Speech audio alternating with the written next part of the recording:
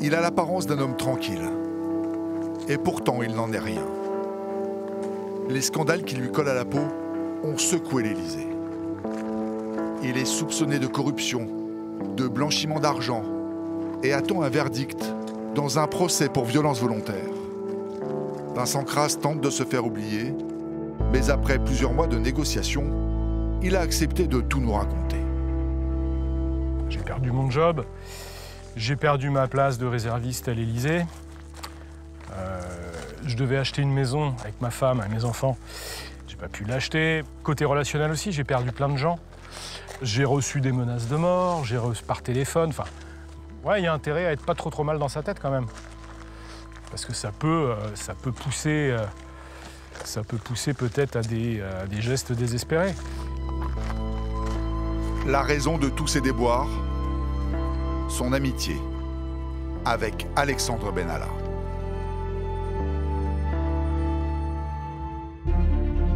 Derrière ce visage jovial se cache un homme ambitieux. Réussir, telle est sa quête.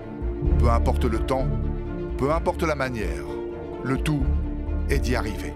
Il y a plein de gens qui ont des rêves. Mais lui, il va au bout de ses rêves. Qui est plus intelligent que les autres, il est hors norme.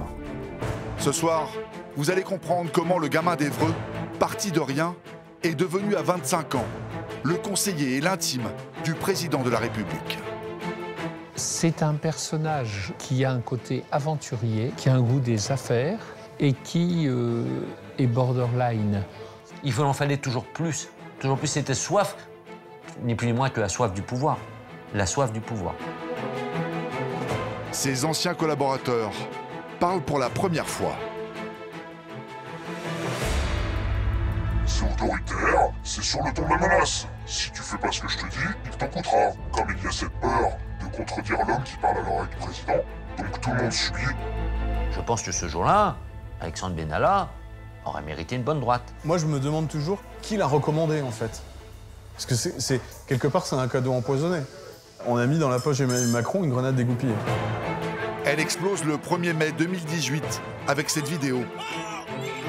Alexandre Benalla, déguisé en policier, violente des manifestants avec son ami Vincent Crase. C'est le dérapage que certains attendent depuis longtemps à l'Élysée. Quand tu te fais que des ennemis, il peut t'arriver que des problèmes. À un moment, il y a eu quelqu'un qui a dit allumer la mèche. Il n'y a pas une, mais plusieurs affaires Benalla. Elles passent par la France-Afrique, des millionnaires au passé trouble, de sulfureux milliardaires russes. Et puis il y a les enquêtes judiciaires pour corruption, blanchiment d'argent, dissimulation de preuves et faux témoignages devant le Sénat. Révélation exclusive sur un homme que rien n'arrête, quitte à se brûler les ailes.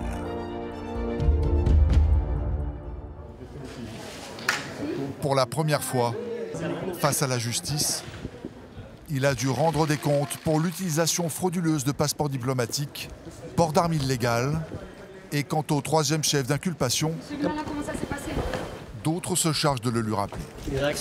Le 13 septembre, premier jour de son procès, ce n'était pas un comité de soutien qui l'attendait.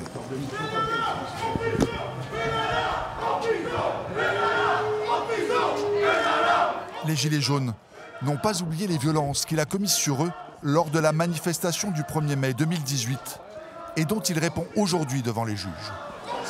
Qu'est-ce que vous pensez des manifestants?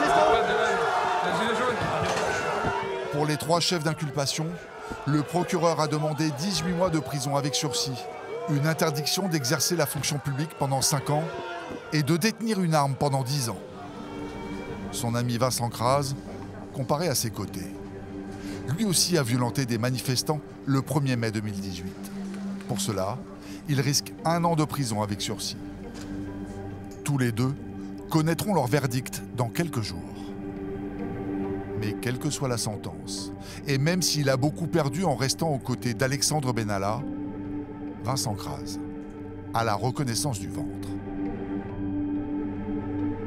À un moment, j'en ai voulu, mais je ne peux pas lui en vouloir, parce qu'il m'a emmené à des sommets.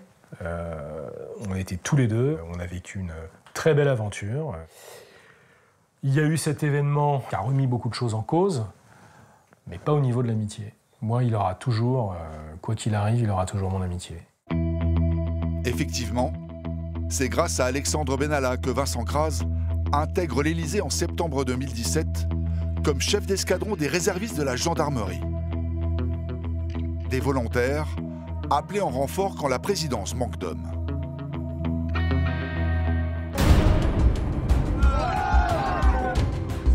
Leur amitié a débuté 8 ans plus tôt, à la base aérienne d'Évreux. Alexandre Benalla a 17 ans. Pendant ses vacances de Pâques, il fait un stage pour devenir gendarme réserviste. Vincent Crase est son instructeur. Il repère immédiatement ce jeune gringalet qui a la niaque. Une des premières fois où je l'ai remarqué, c'est qu'il faisait un concours de pompe avec un autre gars. Et lui, le petit chat maigre, là, il a gagné. Et il avait, je sais pas, ils sont arrivés à peut-être à 100 pompes. Les pompes, c'est costaud à faire quand même. Donc à l'issue du stage, il finit major de promotion. Il avait 17 ans et demi, c'était un des plus jeunes et il était super bon. Depuis tout jeune, Alexandre Benalla aime les métiers de discipline. À 9 ans, il s'inscrit chez les jeunes sapeurs-pompiers. À 13 ans, il est chez les scouts. À 14 ans, il écrit à Nicolas Sarkozy, alors ministre de l'Intérieur. Culotté, il lui demande de faire son stage de 3e au RAID. Impossible, mais surprise. Le ministre lui ouvre les portes du palais de l'Élysée au SPHP, le service de protection des hautes personnalités. Très jeune, le stage, il veut le faire auprès de personnalités, ça l'intéresse, donc c'est une preuve d'intelligence, hein, il sait ce qu'il veut faire. Vous le verrez plus tard, mais ce stage à l'Élysée au sein du SPHP va avoir une énorme importance dans sa carrière.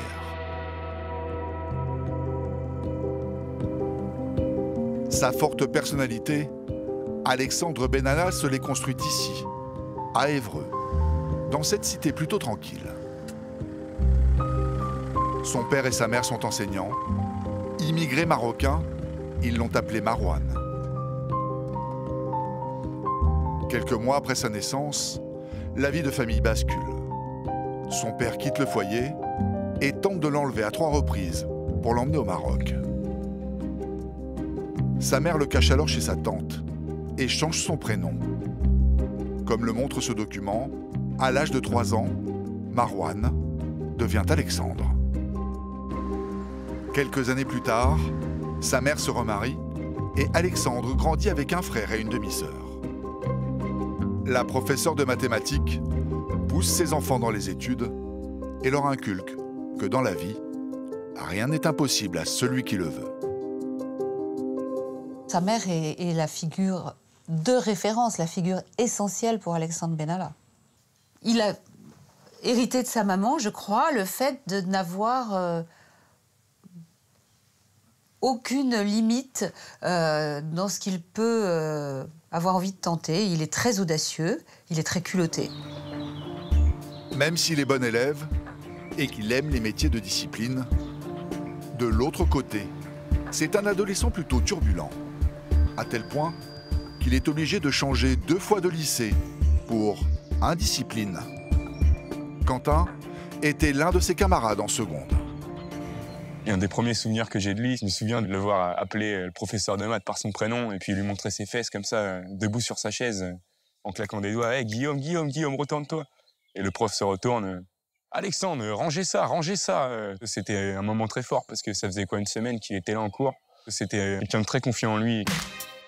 Cette confiance en lui ne le quittera jamais. Et elle semble lui ouvrir toutes les portes. Le cinéma est direction la Normandie maintenant avec la 21e édition du festival de Cabourg. À 15 ans, il réussit à convaincre l'équipe du festival de l'engager comme agent de sécurité. C'est lui de dos, dans une veste un peu trop grande. Il veille sur Marion Cotillard, Marie Gillin et Guillaume Canet. Quand il nous ramenait les photos des célébrités, style Marion Cotillard, Guillaume Canet, on se disait qu'il n'en aurait jamais assez, quoi. Il aurait le monde dans son assiette, il allait tout manger et puis il s'arrêterait jamais, quoi. Après son stage à l'Élysée et le festival de Cabourg, sa décision est prise. Il sera garde du corps. Un rêve qu'il nourrit tous les week-ends. C'est ce qu'il a raconté à l'écrivaine Sophie Coignard, qui a rédigé sa biographie. Tous les samedis soirs, il regarde un film en mangeant une pizza, c'est un peu le grand moment de récré, et que lui veut regarder en boucle ce film avec Clint Eastwood qui s'appelle Dans la ligne de mire. Clint Eastwood incarne le garde du corps du président des États-Unis. Il me semble qu'il se met dans la peau de ce personnage-là et que ça lui semble extraordinairement romanesque. Dès le début de notre enquête, il y a un point sur lequel tout le monde est d'accord. Alexandre Benalla ne regarde pas passer les trains. Il saute dedans. Quand sa mère intègre le PS en Normandie, lui s'engage dans les jeunesses socialistes avec un but. Intégrer le service d'ordre du PS à Paris afin de côtoyer les plus hautes personnalités. Il n'a pas de réseau, il n'est pas pistonné, mais il sait assez rapidement, très jeune, qu'il ne peut compter que sur lui-même et sur son réseau qu'il est en train de bâtir. Donc il va réfléchir à la manière dont il peut lancer sa carrière dans le milieu politique. Il s'inscrit en fac de droit à Rouen et en parallèle, il descend à Paris, frapper à la porte du service d'ordre du Parti socialiste. À l'époque, il est dirigé par Éric Plumer. Seulement, l'homme ne retient pas sa candidature. J'en avais beaucoup qui essayaient de venir, donc il ne m'avait pas, entre guillemets, tapé dans l'œil. Il est revenu le lendemain ou le surlendemain en assistant. Et là, je me suis dit, c'est un gamin qui a de la volonté, qui en veut, on va l'essayer. Très vite, leur relation dépasse le cadre du travail. Alexandre Benalla passe des week-ends entiers avec la famille d'Éric Plumer. Il y a même sa chambre. Donc là, c'est moi et Alexandre en train de nous amuser, en se tapant dessus. Il y a plus que de l'amitié, une complicité, il y a quelque chose d'important qui se dégage, oui. La preuve. Quand le fiston venait chez nous. Pendant 3 ans, il lui apprend toutes les ficelles du métier. Alexandre Benalla se partage entre la fac de droit et la sécurité des têtes pensantes du PS quand elles se déplacent. Le jeune agent de sécurité se sent pousser des ailes et n'écoute pas toujours les ordres de son mentor. Alexandre Benalla progresse à une vitesse pas possible, quoi. Moi, je m'en aperçois tout de suite, ça se voit, il a ça dans les gènes. Donc, à partir du moment où il a pris des responsabilités sur certaines missions, Alexandre, il fallait le recadrer de temps en temps. Il fallait que je lui mette la bride un petit peu.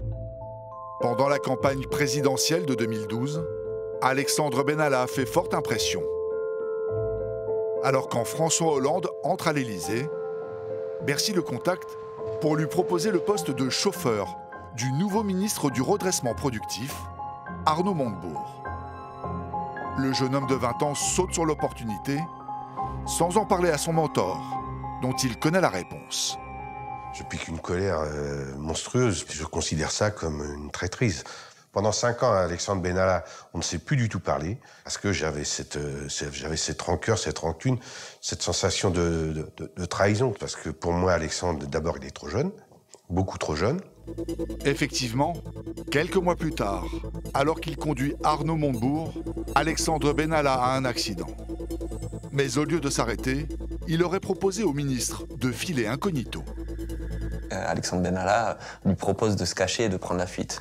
Donc ça rend évidemment furieux Arnaud Montebourg qui descend du véhicule, qui décide de rentrer par ses propres moyens. Et donc là, c'est l'affaire de trop. Et le ministre demande à son équipe de le licencier. L'affaire de trop, car en à peine 3 semaines, il s'est fait rappeler à l'ordre plusieurs fois. L'accident n'est pas le seul motif inscrit sur sa lettre de licenciement. Monsieur Benalla a introduit une personne et son véhicule au sein du ministère sous le couvert d'un rendez-vous supposé avec le ministre, obligeant ce dernier à démentir le rendez-vous. Enfin, monsieur Benalla s'est prévalu d'un soutien du ministre pour une demande de port d'armes auprès des services du ministère de l'Intérieur, sans que le ministre ait été informé préalablement de cette demande. À 21 ans, il est éjecté de la vie politique.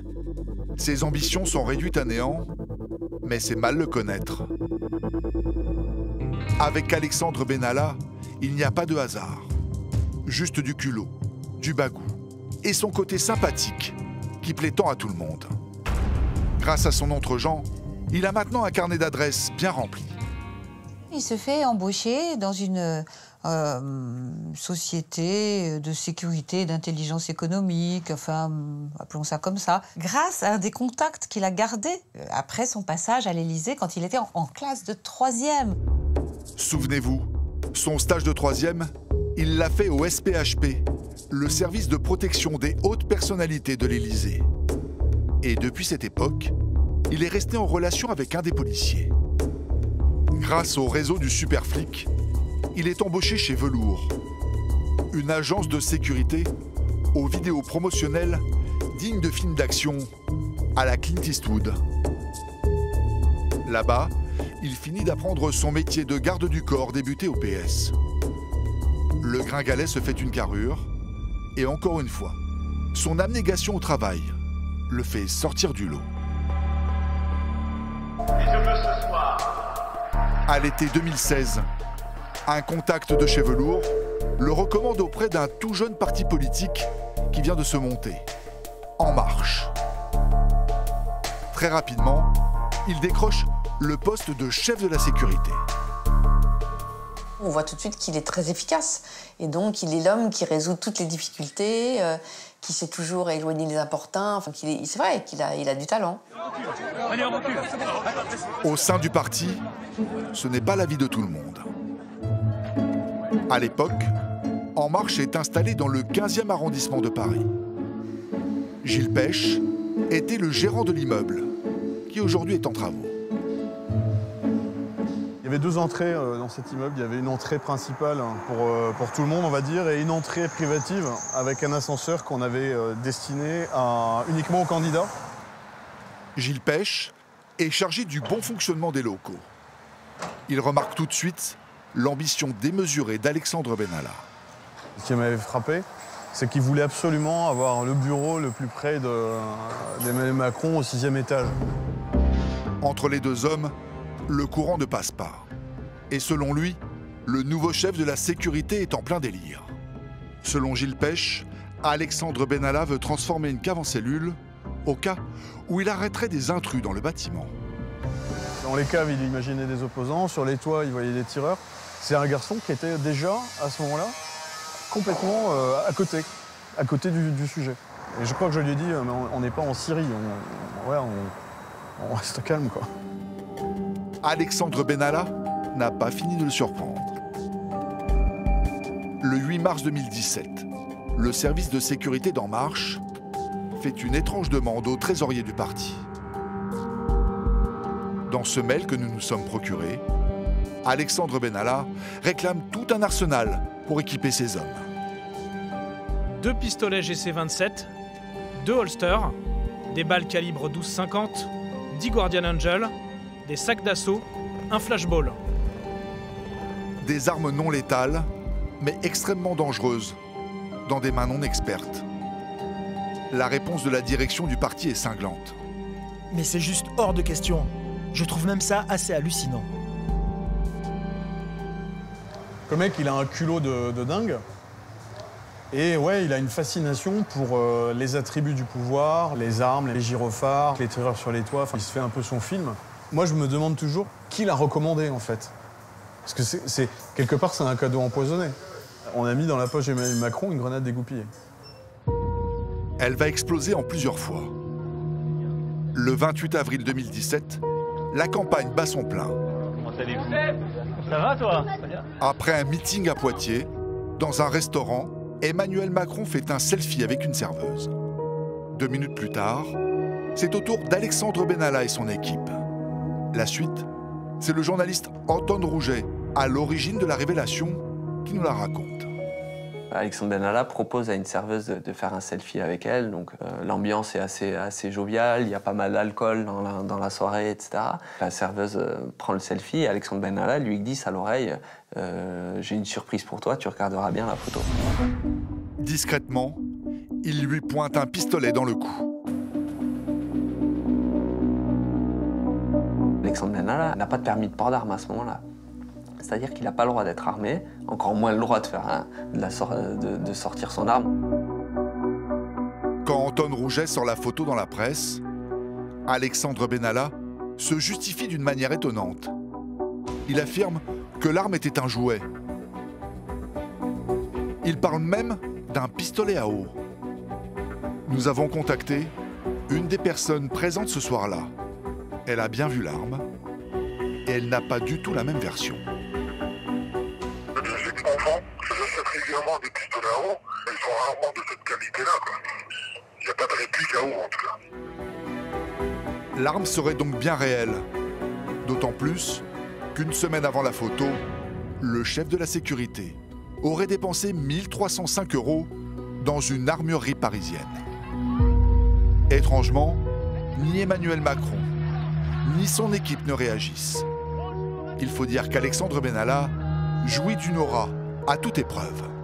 C'est un symbole de réussite en Macronie, ce jeune qui vient de nulle part, qui avait échoué avant mais on s'en fiche, et qui parvient à prendre des responsabilités. C'est quelqu'un qui s'est dévoué pendant la campagne, corps et âme pour le candidat, qui était prêt à tout donner pour la réussite d'Emmanuel Macron. Et donc ça a évidemment beaucoup plu. Son amitié avec Emmanuel Macron, il la scelle avec un coup d'éclat. Mai 2017, nous sommes dans l'entre-deux-tours de la campagne. Emmanuel Macron se trouve face à Marine Le Pen. Ce jour-là, elle le prend à contre-pied. Alors qu'ils discutent de la fermeture de l'usine Whirlpool avec les élus, Marine Le Pen rencontre les ouvriers. Moi, je viens voir, encore une fois, les ouvriers, ceux qui sont les victimes de la politique économique de M. Macron. Lui, il rencontre 2-3 personnes triées sur le volet dans un salon bien protégé de la Chambre de commerce. La candidate Front National marque des points. Un sourire. Emmanuel Macron passe pour un homme vendu au patronat. Pour la contrer, le candidat veut se rendre à l'usine, mais son entourage l'en dissuade. C'est trop dangereux. Le staff a dit au candidat « n'y allez surtout pas ». Et Alexandre lui a dit ben non, c'est justement là qu'il faut y aller. Je prends l'appareil photo, une caméra, vous partez à gauche. Allez, vous partez. À gauche. Attendez, alors allez-y, c'est vous qui m'avez dit de venir, voilà. Et finalement, cette journée est une énorme réussite pour Emmanuel Macron, qui retourne la situation avec beaucoup d'intelligence et qui apparaît comme le candidat même pas peur. Vive la République! Vive la France! Une fois président, Emmanuel Macron lui offre un poste en or, adjoint de son chef de cabinet. 6 000 € net par mois, voiture de fonction, habilitation secret défense et enfin, un permis de port d'armes. Bonjour à vous. Son rôle est d'organiser les déplacements privés du président. Mais très vite, Alexandre Benalla dépasse le cadre de ses fonctions. C'est l'homme qui démerde un peu toutes les situations, qui est capable de savoir exactement, quand ils sont en week-end, la table qui plaira au couple Macron. Et puis surtout, il les fait rire. Et ça, c'est très important. Il les fait rire, aussi bien Emmanuel Macron que Brigitte Macron. Elle l'appréciait beaucoup. Elle voyait quelqu'un qui était capable, en fait, de déstresser son mari aussi, de le détendre. Et puis surtout, qui était intelligent. On l'appelait Alex, il l'appelait patron Emmanuel Macron. Il était capable de rentrer dans le bureau de l'Élysée et de dire à Emmanuel Macron qu'il faudrait qu'il aille se faire couper les cheveux. Mais pas beaucoup de gens qui peuvent dire ça à un président de la République. Donc, en tout cas, il y a une forme d'intimité et de simplicité. Dans l'univers très feutré de l'Élysée, Alexandre Benalla détonne. Il passe au-dessus de tout le monde sans se soucier du protocole, qu'il juge trop rigide. Les tensions avec les collaborateurs sont nombreuses. Jean-Pierre travaille à la présidence depuis 15 ans. Il n'a jamais vu ça. Alexandre Benalla, il fait des jaloux, parce qu'il est hors circuit. Il a une proximité affichée ou avérée avec le président. Donc on ne sait pas si on doit le prendre comme un membre de l'Élysée comme les autres, ou alors si on lui doit la déférence eu égard à son poste, mais quel poste? C'est ça le problème, c'est qu'il n'a pas de... On ne sait pas vraiment le rôle d'Alexandre Benalla. On sait qu'il est important dans le dispositif, on sait qu'il a l'oreille du président, mais il n'a pas de rôle clairement affiché et officiel, quoi. Un vent de fronde se lève sur l'Élysée. Et il n'est pas prêt de se calmer. Surtout quand Alexandre Benalla, alors qu'il n'en a pas l'autorité, commence à s'occuper du GSPR, le groupe de sécurité du président. Il est rare qu'il prenne la parole, mais un des gardes du corps a bien voulu nous raconter comment Alexandre Benalla a voulu s'imposer. C'est autoritaire, c'est sur le ton de la menace, c'est-à-dire c'est un rapport de force systématique. C'est-à-dire en gros, tu sais très bien qui je suis, tu sais très bien l'importance que j'ai au sein de l'Élysée, si tu fais pas ce que je te dis, il t'en coûtera, voilà. Comme il y a cette peur de contredire l'homme qui parle à l'oreille du président, et ben rien n'est fait. Donc tout le monde subit et attend. Yves Lefebvre dirige un syndicat de police. Il a reçu plusieurs plaintes des membres du GSPR. Benalla va vite de l'insulte, va vite de la menace. Si t'es pas content, tu dégages. Et quand Alexandre Benalla sortait le portable et dit « Tu veux que j'appelle le président ?» C'est une forme de menace. C'est une forme de menace. Parce que quand le président de la République aurait été avisé, imaginez-vous, le policier voit sa carrière se briser. Qu'est-ce que je vais devenir demain? Il en fallait toujours plus. Toujours plus, c'était soif, ni plus ni moins que la soif du pouvoir. La soif du pouvoir.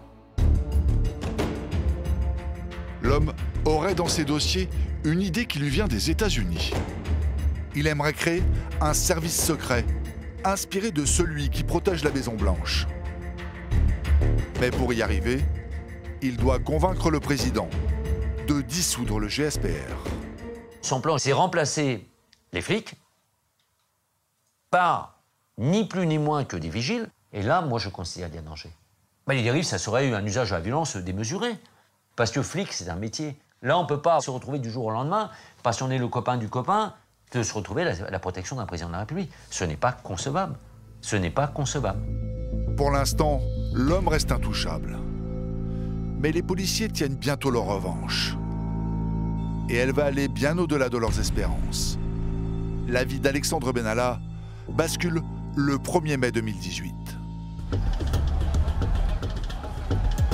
À Paris, la manifestation de la fête du travail connaît quelques échauffourées. Alexandre Benalla est venu observer comment les forces de l'ordre gèrent les débordements. C'est lui-même qui en a fait la demande. Il n'est pas seul, son ami Vincent Crase est à ses côtés. Ils se retrouvent place de la Contrescarpe et ils ne sont pas déçus. La Contrescarpe, là on se prend, y a du verre qui vole de partout, hein, carafes, cendriers, ça devient incontrôlable. C'est-à-dire qu'à un moment, il va y avoir des blessés. Que se passe-t-il à ce moment-là dans la tête des deux hommes? Selon Vincent Crase, ils ne pouvaient faire autrement que de sortir de leur rôle d'observateur. La situation est tellement détériorée qu'il faut agir. Pour cela, Alexandre Benalla a enfilé un casque de policier et des gants. Et quand les CRS sifflent, je le vois qui part, mais moi j'y vais aussi. Et c'est là que tout dérape. Les deux hommes arrêtent des manifestants de manière brutale.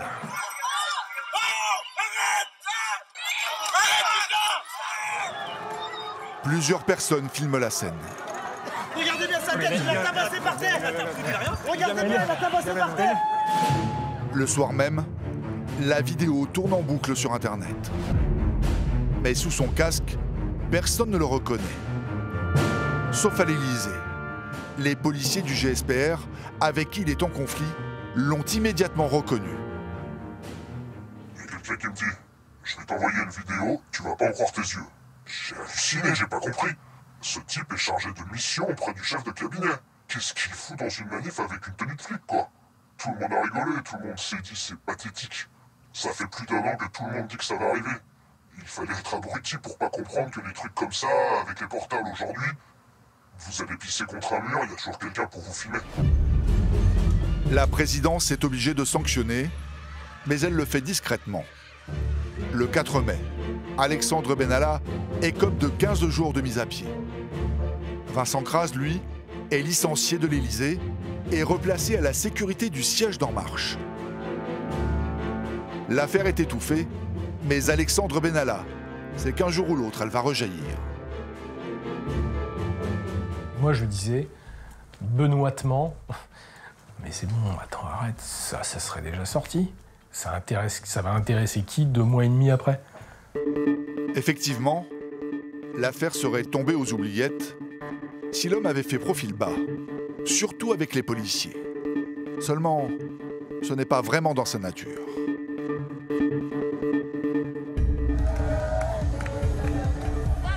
Le 16 juillet 2018, les Bleus arrivent à Roissy, la Coupe du Monde en main. Alexandre Benalla est chargé de les conduire à l'Élysée. Des policiers filment leur arrivée et prennent des selfies. Alexandre Benalla leur remonte les bretelles.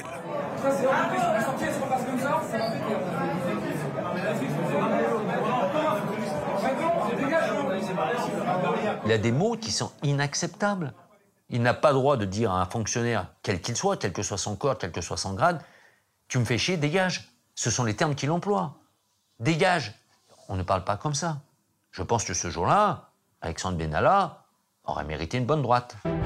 Pour les policiers du GSPR et bien d'autres à l'Élysée, c'est le dérapage de trop. C'est peut-être le moment de reprendre notre dû et notre place. Quand vous avez le comportement qu'il a eu pendant 1 an, je pense que quand tu te fais que des ennemis, il peut t'arriver que des problèmes. À un moment, il y a eu quelqu'un qui a dit allumer la mèche. Et la vidéo des violences du 1er mai arrive comme par hasard entre les mains de la journaliste du Monde, Ariane Chemin. Quand elle la visionne, elle ne connaît pas encore Alexandre Benalla. Raconte-moi comment vous identifiez Alexandre Benalla. Non. Je vais pas raconter ça, c'est trop dangereux pour moi, bien sûr que non. Silence radio sur l'informateur, mais ces révélations ont l'effet d'une bombe dans la presse. L'opposition parle ce soir d'un scandale d'État. La vidéo est accablante. Maintenant, Emmanuel Macron n'a d'autre choix que de le licencier pour faute grave. À l'Élysée, les policiers du GSPR sont soulagés. L'usurpateur a été démasqué. Et en plus de la pire des façons. C'est sale comment il tombe, quoi. Il en est entièrement responsable. Il est tombé à cause de ses propres défauts, quoi. Il a perdu une bataille, mais pas la guerre. Alexandre Benalla va tout faire pour réintégrer l'Élysée. Seulement le dérapage du 1er mai est un peu l'arbre qui cache la forêt. Car il n'y a pas une, mais plusieurs affaires Benalla. Le 23 juillet, le Sénat ouvre une enquête. Les parlementaires veulent comprendre comment un chef de cabinet du président de la République s'est retrouvé déguisé en policier à violenter des manifestants. La police judiciaire mène aussi ses investigations. Elle l'auditionne le 20 juillet 2018. La rocambolesque histoire qui suit nous est racontée par Alexandre Langlois, policier syndicaliste qui a recueilli la parole de ses collègues présents ce jour-là. Nous avons M. Benalla, donc le 20 juillet, qui est placé en garde à vue, auditionné par nos collègues de la police judiciaire parisienne. Donc ça a été un moment assez épique. Il répond toujours à côté des questions, voire il n'y répond pas. C'est-à-dire qu'en fait, il a l'impression qu'il se sent tellement protégé qu'il peut dire faut me croire sur parole. Ça, je vous le dirai pas parce que j'ai pas envie. Protégé, peut-être. Bizarrement, ce jour-là, la procédure n'est pas respectée à la lettre. M. Benalla est placé en garde à vue, mais il n'y a pas de PV de fouille. Donc c'est-à-dire que quelqu'un arrive en garde à vue, on prend ses affaires, on note ce qu'il a, on met dans un petit casier et on lui restitue à l'issue. Et cela va avoir des conséquences. En fin de journée, les policiers partent avec lui perquisitionner son appartement d'Issy-les-Moulineaux, en banlieue parisienne. Quand ils arrivent, ils trouvent porte close. Sa femme n'est pas là, et lui n'aurait pas les clés. Encore une fois, personne ne le fouille. Selon nos sources, il les avait bien sur lui. On me demande, mais qui c'est qui a les clés de chez vous? Il dit, c'est ma femme, mais je vous dirai pas où elle est. Seulement, il est presque 21h. Et la loi n'autorise pas les perquisitions de nuit. Elle est donc remise au lendemain. Pour Alexandre Langlois, les policiers auraient reçu l'ordre de retarder la perquisition. Quand on sait qu'il peut y avoir une difficulté pour ouvrir une porte, on n'y va pas à 19h45 le soir. C'est qu'on y va avant dans la journée pour se laisser justement une marge de travail derrière, ou alors on la reporte au lendemain pour éviter tout problème. Alors pourquoi repousser la perquisition? Eh bien peut-être pour laisser le temps aux proches de Benalla de faire disparaître un coffre-fort dans lequel il y a des documents et des armes. Car le lendemain, quand les policiers entrent dans l'appartement, surprise, son coffre-fort a disparu. Alexandre Benalla leur donne une drôle d'excuse. J'ai oublié de vous dire, en fait, ma femme m'a appelé quelques jours avant. Comme il y avait beaucoup de journalistes qui traînaient autour de la maison et d'autres personnes, on ne savait pas qui c'était, pour assurer la sécurité des documents et des armes qui étaient dans ce coffre-fort, elle est venue avec un ami pour déplacer ce coffre-fort. L'impression qu'il laisse, c'est qu'il se fout carrément de la gueule de nos collègues. À ce jour, son coffre-fort n'a toujours pas été retrouvé. Quel dossier renferme-t-il? Quel secret Alexandre Benalla ne souhaiterait pas voir tomber entre les mains de la justice? Peut-être des éléments liés à ses nouvelles relations avec des hommes d'affaires sulfureux.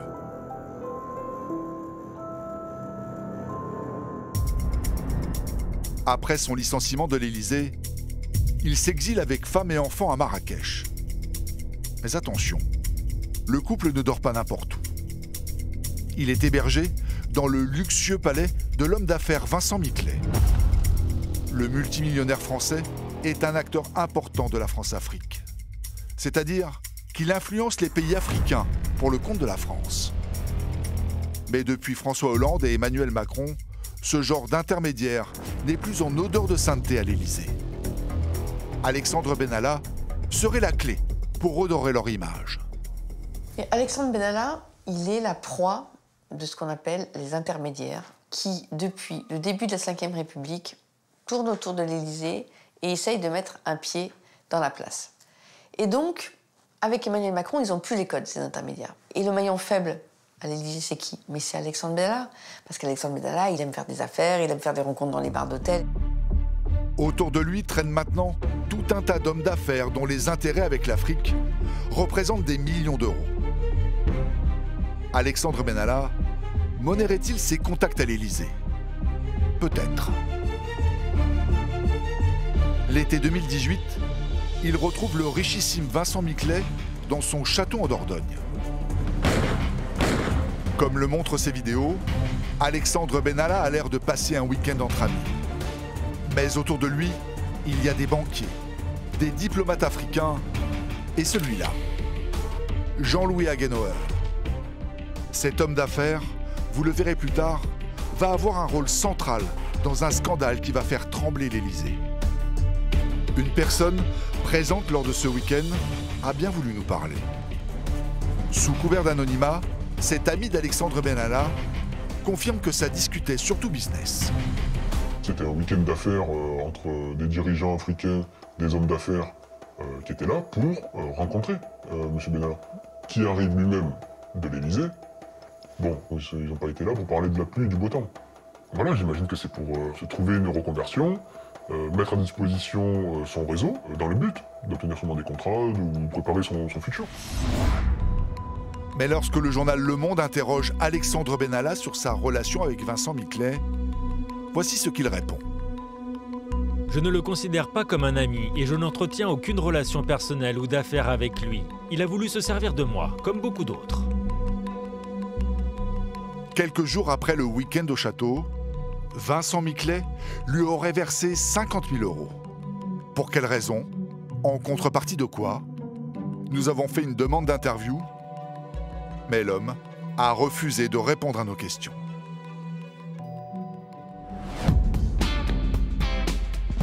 En revanche, un autre multimillionnaire en affaires avec Alexandre Benalla a bien voulu nous rencontrer. Il nous a donné rendez-vous à Londres. Et ce qu'il nous révèle est surprenant. Philippe Ababou Solomon Morning. Can you give me one coffee, please?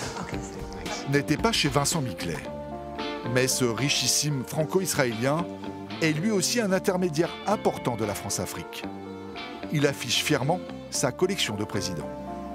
Vous avez toute l'épopée africaine, président du Congo, du Tchad, du Sénégal, du Nigeria.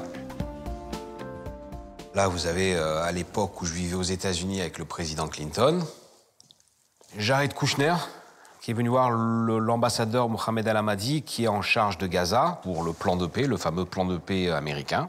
Comment ne pas être fier de côtoyer des présidents ? Et de multi-présidents. Il y en a qui peuvent côtoyer un président. Là, vous en avez 1, 2, 3, 4, 5, 6, 7... Il y a une dizaine de présidents. En France, l'homme est plutôt connu pour ses démêlés avec la justice. Comme tous les autres, il s'est rapproché d'Alexandre Benalla pour une raison bien précise. Il avait toujours une proximité avec l'Élysée. Et ça peut vous intéresser? Ça intéresse tout le monde. Ce serait hypocrite de dire que Alexandre Benalla et sa proximité avec Macron n'intéressaient personne, ça. En échange d'une entrée à la cellule Afrique de l'Élysée, l'homme d'affaires lui aurait ouvert son carnet d'adresses des présidents africains. Un pacte qui va bien au-delà du business. L'enjeu pour Alexandre Benalla de rentrer dans les réseaux africains était de redevenir une valeur ajoutée pour Emmanuel Macron dans un domaine différent. De se racheter une conduite un petit peu. Il aimerait revenir, vous pensez? Ah, mais je pense bien évidemment. Enfin, moi, si à sa place, bien sûr, ça doit être un rêve. Comme le millionnaire Vincent Miclet à Marrakech, Philippe Ababou Solomon loge gratuitement Alexandre Benalla et sa famille dans un appartement de cette rue branchée de Londres, avec un petit bonus. J'ai vu, il a un petit bébé, il a besoin d'argent, donc je lui propose de lui avancer de l'argent le temps qu'on puisse faire des affaires. Pas des sommes astronomiques, mais sur les 3 mois, donc environ 5 000 par mois, l'équivalent de 15 000 euros. Est-ce un prêt, du salaire ou bien autre chose? Il y a de quoi se poser des questions. Car pour justifier auprès de sa banque cet argent qui arrive de l'étranger, Alexandre Benalla aurait donné un faux contrat de travail. Philippe Ababou Solomon le défend en nous expliquant qu'il n'a pas voulu le déranger avec une simple formalité administrative. Le faux document, le faux document de... On en a parlé, je lui ai dit, appelle-moi, dis-moi, tu as besoin, moi, il n'y a pas de problème. L'argent, il a une provenance propre, donc voilà. Ça fait partie des 5% de n'importe quoi. Et donc, bien évidemment, ça m'énerve, mais bon, c'est histoire clos. Malgré l'incident, Alexandre Benalla organise dans un palace près de l'Élysée une rencontre avec un conseiller d'Emmanuel Macron. Cet homme, dont nous ne verrons pas le visage, a bien voulu nous parler. Il nous explique que Philippe Ababou Solomon voulait diriger la cellule Afrique en sous-main. Donc je vais au sol. Il arrive avec un mec que je ne connais pas, qui me présente, à Ababou Solomon, machin. Et donc il nous laisse 15 minutes. Il me dit, attendez, votre conseiller Élysée, c'est gentil, mais c'est pas une flèche, si vous voulez, je peux éventuellement le reprendre en main. Le mec cherchait très clairement des connexions avec les... Et donc je lui dis, merci, mais non merci. Enfin, ça c'est ce qu'il nous dit. Car étrangement, quelques jours plus tard, Alexandre Benalla et Philippe Ababou Solomon s'envolent faire du business dans plusieurs pays, et notamment en Afrique. On a été en Turquie, on a été en Israël, on a été au Cameroun, on a été au Congo, et puis on a été au Tchad. Était-il en voyage d'affaires ou en mission pour l'Élysée? Car au Tchad, Alexandre Benalla s'entretient pendant 2 heures avec le président Idriss Déby. Une entrevue qu'il aurait débriefée avec Emmanuel Macron, qui doit se rendre dans le pays. Il était licencié officiellement, mais officieusement, il n'était pas licencié. Il faisait toujours partie Et il avait toujours et l'écoute et l'attention de l'Élysée. Quand je dis l'Élysée, je veux dire de tout le staff de l'Élysée. Secrètement, le président aurait-il fait d'Alexandre Benalla l'instrument d'une diplomatie parallèle? À l'Élysée, tout le monde ne voit pas son retour d'un bon œil. La cellule Afrique diffuse rapidement un communiqué qui fait mal. Alexandre Benalla n'est pas un émissaire officiel ou officieux de la présidence. 2 jours plus tard, comme pour la vidéo de la manifestation du 1er mai, c'est encore un mystérieux informateur qui lance le scandale. Il révèle à la presse qu'Alexandre Benalla a voyagé avec des passeports diplomatiques de l'Élysée. C'est la fin de son association avec l'homme d'affaires Philippe Ababou-Solomon. Dès que la cellule Élysée fait une déclaration en disant que Benalla ne doit pas se mêler des histoires de la France, donc c'est fini. Puis ensuite arrivent toutes les histoires des passeports diplomatiques. Qui balance les passeports diplomatiques? C'était bien pratique, tout le monde savait qu'il voyageait avec des passeports diplomatiques pendant 3 mois. Au plus proche du pouvoir, tout le monde semblait donc connaître les agissements d'Alexandre Benalla. Ou presque. L'Élysée ignorait l'une de ses activités. Alexandre Benalla l'aurait développée en secret. Et elle aurait pu mettre en danger la sécurité de l'État. L'histoire commence alors qu'il est encore chef de cabinet à l'Élysée. Nous révélons en décembre 2018 qu'il est intervenu dans la signature d'un contrat de sécurité avec un oligarque russe qui s'appelle Iskander Marmoudov, un homme richissime, proche du Kremlin, qui se définit lui-même comme un soldat de Poutine, qui va faire l'objet d'une enquête judiciaire en Espagne sur la base de soupçons de lien avec un groupe criminel en Russie. La connexion entre le chef de cabinet et le milliardaire russe se serait faite grâce à Jean-Louis Haguenauer. Souvenez-vous, il était présent lors du week-end au château.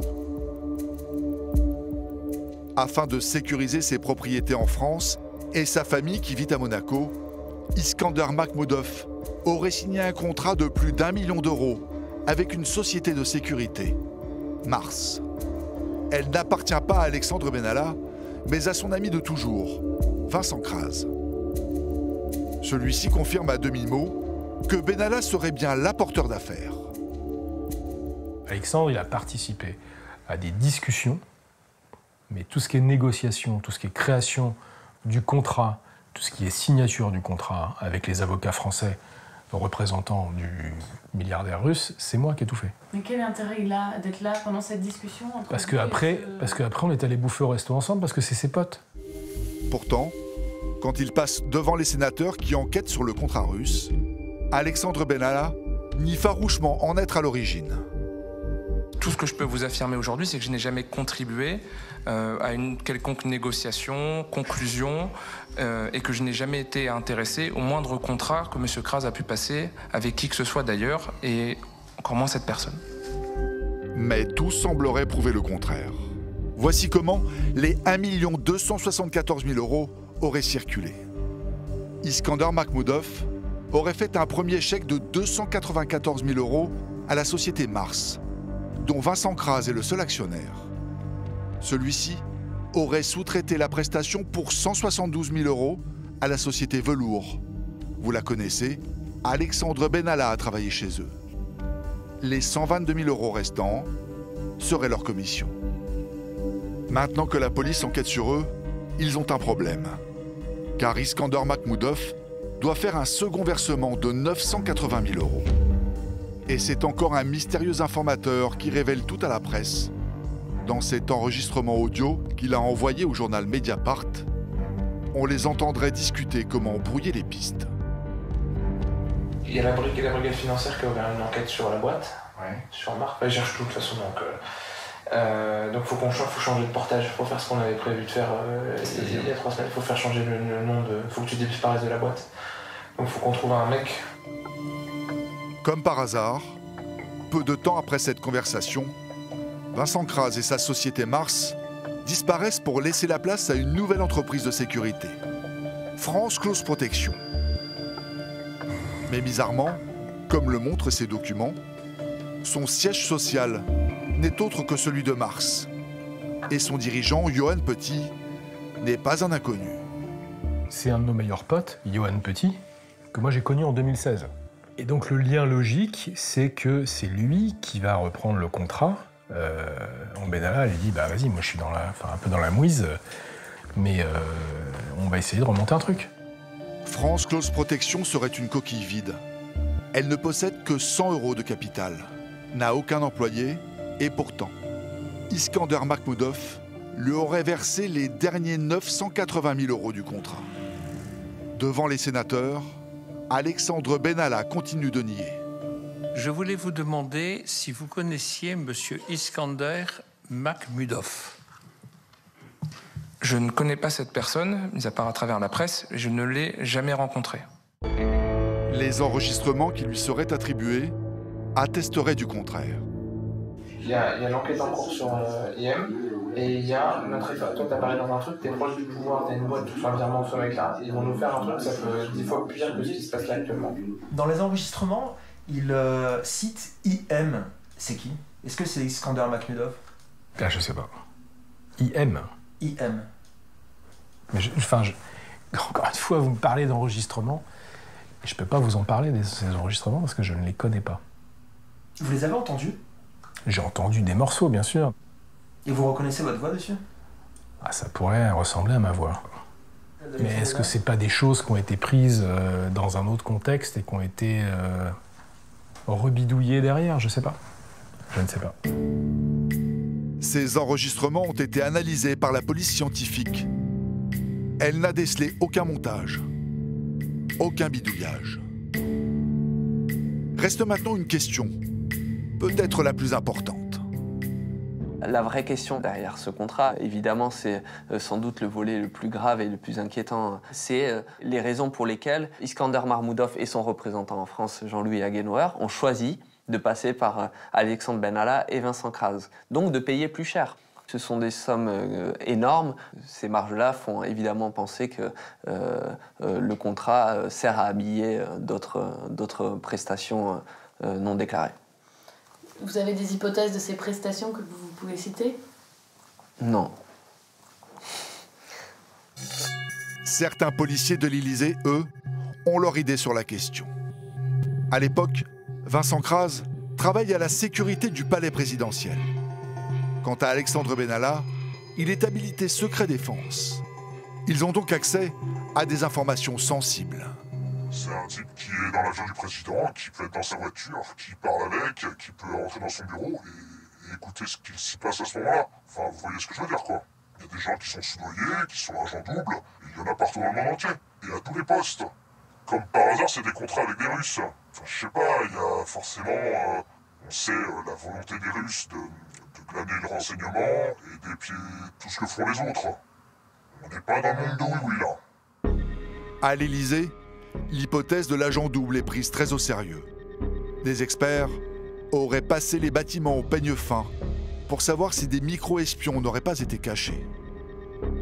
L'enquête du parquet national financier cherche maintenant à déterminer si Alexandre Benalla et Vincent Kras auraient touché de l'argent en échange d'informations sur l'Élysée.